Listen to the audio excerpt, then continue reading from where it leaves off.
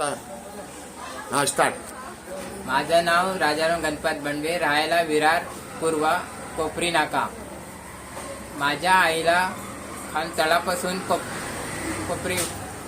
कोपऱ्यापर्यंत खूप त्रास, डोपरापर्यंत खूप त्रास होत होता आणि जाम पाय दुखत होते. ते खाली टेकू शकत नव्हती, एवढा तिला त्रास जाणवत होता. तिचं वय कमीत कमी 65 ते 67 वर्ष होतं. तर तिला मी गावावरून इकडे आणलं होतं आणि मिसाळ सर यांच्याकडून डॉक्टर सुरेश हैरे यांची माहिती मिळाली मला आणि मी त्यांच्याकडे घेऊन आलो.